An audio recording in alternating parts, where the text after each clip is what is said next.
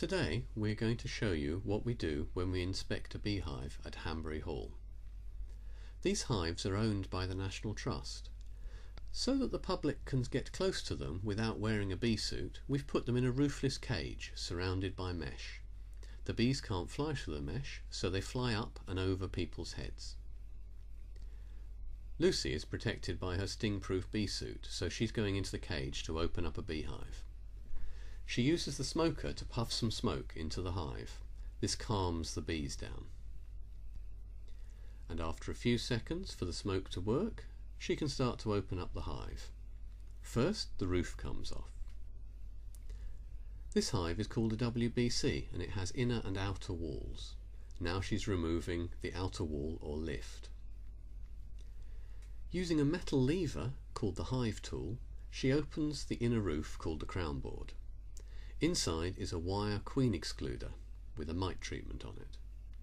Off with the queen excluder, and now we can see the top of the wooden frames where the bees live.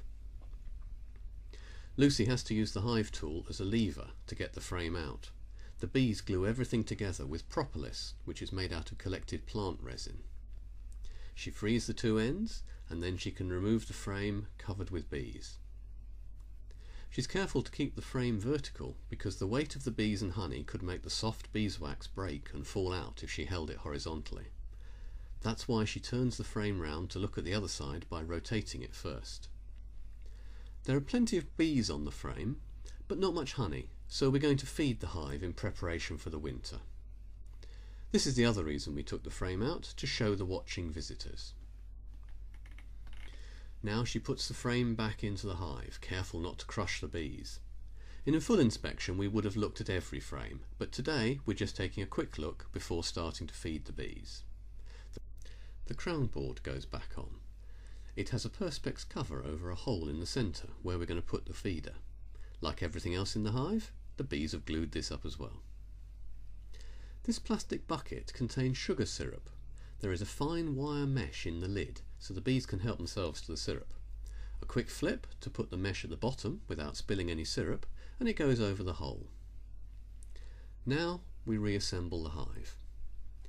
One of the advantages of the WBC style of hive is that you can build the outside to any height you need. We're going to put on a second lift here so the bucket inside is protected from the weather and less visible to wasps, who would try and steal the syrup. Finally, on with the roof, which just rests on a lip at the top, and the hive is back together and weatherproof. If we look down at the bottom, we can see the bees are still going in and out of the hive as though nothing has happened.